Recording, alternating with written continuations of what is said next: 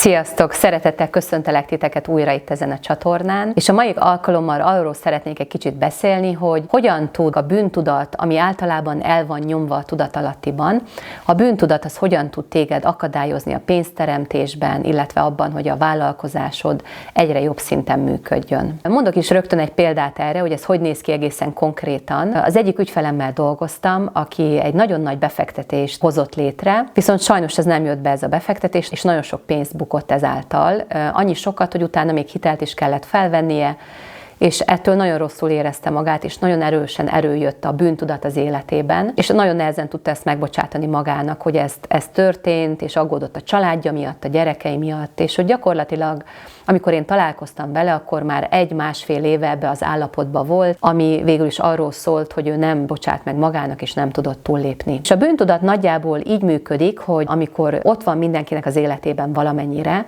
akkor azt az üzenetet hordozza a bűntudat, hogy rossz vagy, rosszat csináltál, és nem érdemled meg a jót, és emiatt utána tudat alatt le tudjuk zárni az újabb teremtéseinket, és belekerülünk egy ilyen stagnáló állapotba, ahol nem tudunk új dolgokat behozni az életünkbe. Úgyhogy ha úgy érzed, hogy nehezen tudsz a következő szintre lépni, vagy valahogy nem jön a pénz, vagy nem jön a vállalkozás, akkor valószínű, hogy az egyik oka az az, hogy van egy elraktározott bűntudat készleted, ami még nincsen megdolgozva. És amikor a bűntudatról beszélek az embereknek, akkor nagyon sokan először úgy reagálnak rá, hogy hát figyelj, Gabriella, jó fej vagy, de nekem egyáltalán nincs bűntudatom. Bűntudat maga az egy nagyon nehéz érzés, egy nagyon nehéz érzelem, annyira nehéz, hogy nem akarunk vele szembenézni, és ezért inkább elnyomjuk. Tehát amikor én beszélek róla, hogy én látok bűntudatot a tudatalattiban, akkor ők nem nagyon értik még, mert hogy tudatos agyukban nincs jelen, hanem ez el van nyomva valahol, és láthatatlanul okoz problémákat. Úgyhogy az első lépés az mindenképpen az, hogy egy kicsit több tudatosság legyen az életünkben, ami arról szól,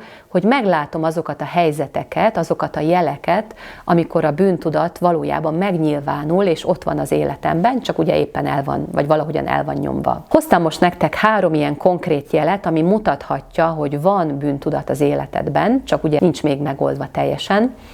Az egyik tipikus jele a bűntudatnak az, amikor gondolsz esetleg valamire vagy valakire, és előjön a megbánás érzése. Tehát kicsit ez a megbánás, sajnálkozás, hogy jaj, nem úgy kellett volna csinálni, vagy hamarabb kellett volna csinálni. Ugye a megbánás, sajnálkozás az a bűntudatnak a kistestvére, az már nem annyira erős, mint a bűntudat, de mégis nagyjából ugyanarról szól, hogy valamit rosszul csináltál, valamit nem kellett volna megcsinálnod. Tehát, ha a hétköznapi életedet figyeled, és előjön ez a megbánás helyzetekkel kapcsolatban, akkor biztos lehetsz benne, hogy van még ebből a bűntudatból egy nagyobb adag, és akkor ez ugye néha elő tud jönni, és hogyha előjön, akkor örülünk neki, mert akkor tudsz vele dolgozni. A másik jele ennek a bűntudat történetnek az lehet, hogy olyan ember vagy, aki nagyon gyakran túlzottan bocsánatot kér helyzetekben. És ugye önmagával a bocsánatkéréssel nincsen semmi baj, ez egy gyönyörű dolog, az a tiszteletnek a jele lehet, de nagyon sokszor bizonyos helyzetekben úgy használják az emberek, hogy valójában ott van ez az elnyomott bűntudat, ami aztán egy feszültséget okoz, és ebből a feszültségből úgy akarunk kijönni, hogy mindenkitől bocsánatot kérünk, még azért is, hogy létezünk a világon, és ez nagyjából ugye azt mutatja, hogy akkor ott van valami munka, amit még nincs teljesen elvégezve. Sajnos ennek az ellenkezője is igaz lehet, tehát hogy az is lehet, hogy nagyon nehezen tudsz bármiért bocsánatot kérni, még akkor is, hogyha tudod, hogy azért valami azért a te felelősséged meg a te részed, hogyha nagyon nem tudsz bocsánatot kérni, akkor az azt jelenti, hogy ott van ez a bűntudat, nem tudsz vele szembenézni, tagadod, és emiatt a világért sem akarsz felelősséget vállalni magadért, mert ugye egyszerűen, hogyha bocsánatot kérnél, akkor dolgozni kéne ez a bűntudattal, vagy feljönne ez a bűntudat, és hogy ez nagyon kellemetlen. A bűntudat egyébként érzésre tényleg olyan érzés, mint hogyha valami belülről enne téged, tehát azt nem szereti senki se érezni, ezért van az, hogy ennyire nem tudunk vele mit kezdeni. A harmadik jele pedig a bűntudatnak az, hogyha túlzottan felelősséget vállalsz emberekért, vagy túlzottan ilyen megmentő szerepbe kerülsz.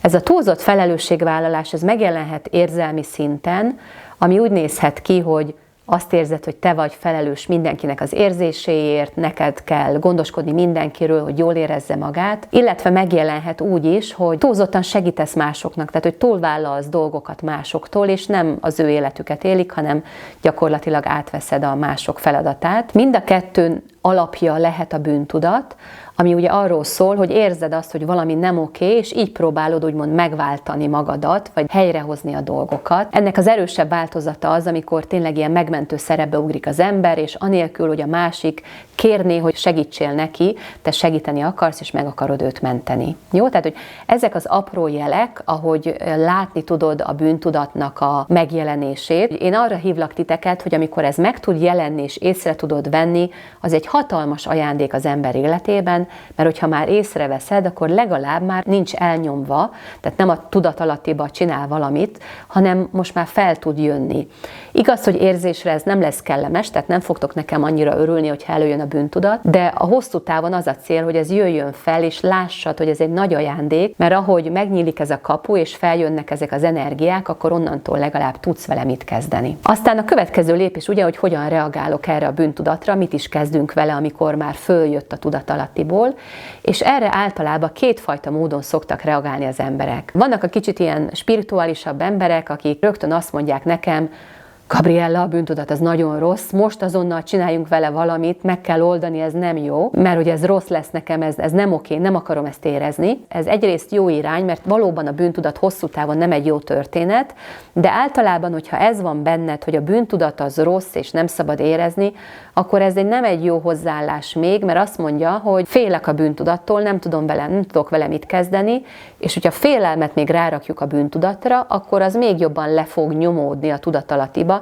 és még nehezebben jön fel, mert amitől félünk, azt ugye nem akarjuk nagyon látni. Úgyhogy ha ez van benned, hogy megijedsz attól, hogy ez a bűntudat ott van, akkor azt javaslom, hogy ezt az ijedelmet, ezt a félelmet érdemes átformálni elfogadássá. Az elfogadás, megengedés az annyit jelent, hogy rendben van, ez is csak egy érzés, nem fogok belehalni, hogyha feljön, meg tudom emészteni, tudok vele dolgozni, tudok vele szembenézni, és nem kell azon nyomban kitörölni a rendszerből, és azon nyomban eltávolítani. Jó? Teljesen rendben van.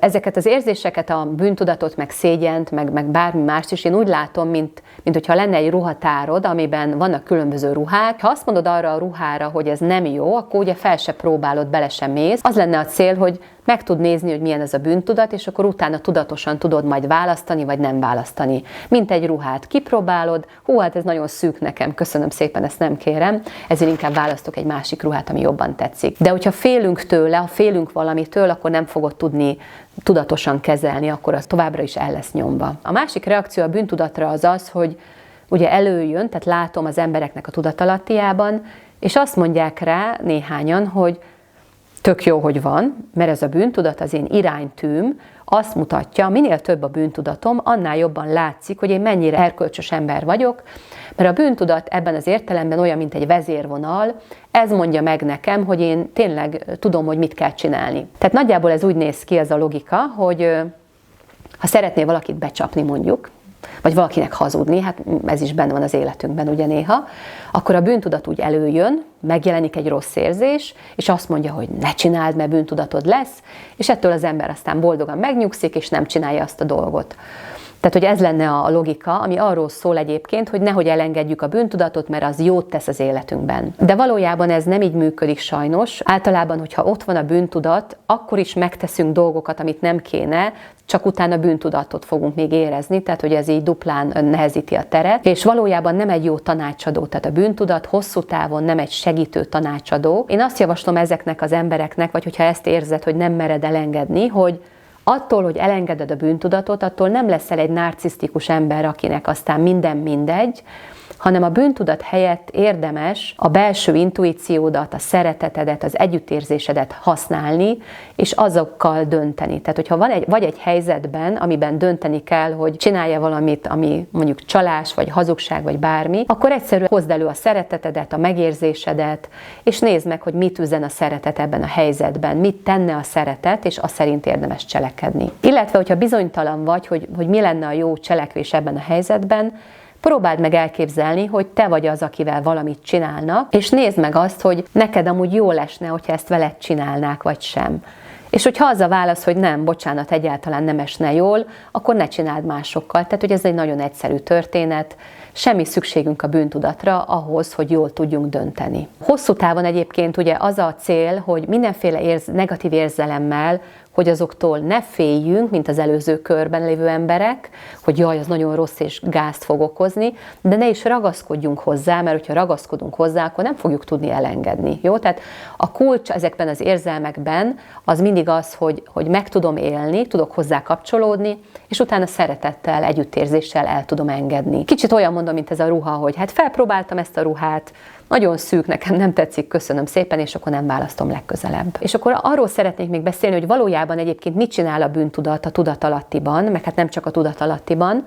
Tehát, hogy valójában ez tényleg egy romboló energia, akár azt is mondhatnám, hogy mérgező energia, de nem akarom ezeket a szavakat használni annyira, mert nem akarok félelmet kelteni még jobban, de hosszú távon tényleg nem hasznos senkinek az életében. És azért mondom, hogy nem hasznos, mert a bűntudat létre tud hozni egy olyan minőséget, amikor gyakorlatilag bemész egy ilyen virtuális tárgyalóterembe, és ebben a virtuális tárgyalóteremben egyszerre te vagy a bűnös, akit elítélnek, és te vagy a bíró is, aki ugye megítéli önmagát. És hát általában, amikor valakit bűnösnek ítélnek meg, akkor valószínűleg utána a büntetés következik, és gyakorlatilag minden alkalommal, amikor nálad egy tudatalatti bűntudat van, akkor ez a minta végig játszódik, nagyon rejtett szinten azt üzened magadnak, rossz vagyok, nem érdemlem meg, és ezért valamilyen módon meg fogod hekkelni az életedet, valamilyen módon szabotálni fogod magadat.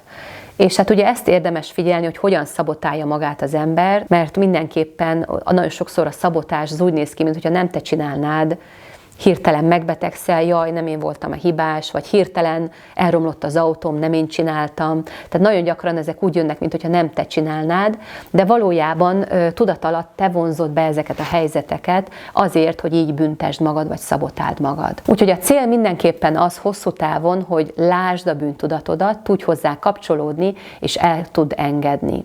És az elengedést, hogy hogyan érdemes elengedni a bűntudatot, erre van egy konkrét gyakorlatom, be fogom rakni ide alulra, hogy meg tudjátok nézni, és ebben a konkrét gyakorlatban végig tudod venni lépésről lépésre, hogy hogyan tudsz kapcsolódni hozzá, és hogyan tudod elengedni. Így a videó végén arra szeretnélek titeket hívni, hogy gyertek velem egy 10 napos kihívásra, és akkor a következő 10 napban az lenne a feladat, hogy minden nap kicsit kapcsolódj ehhez a bűntudathoz, és akkor próbáld meg elengedni ezzel a gyakorlattal, és azt is figyeld meg, hogy utána milyen változások jönnek az életedbe. És erről szeretnék még egy kicsit mondani, vagy beszélni, hogy amikor ezt tudod engedni az életedből egyre jobban, akkor egyre több új dolgok tudnak az életedbe jönni. Tehát új emberek jönnek, új helyzetek, új pénzt tudsz bevonzani az életedbe, amiben már nem bűntudatról van szó, hanem egymás tiszteletéről, megbocsátásról, és arról, hogy magasabb szinten támogatjuk egymást. Úgyhogy akkor hajrá mindenkinek, jó gyakorlást! Köszönöm!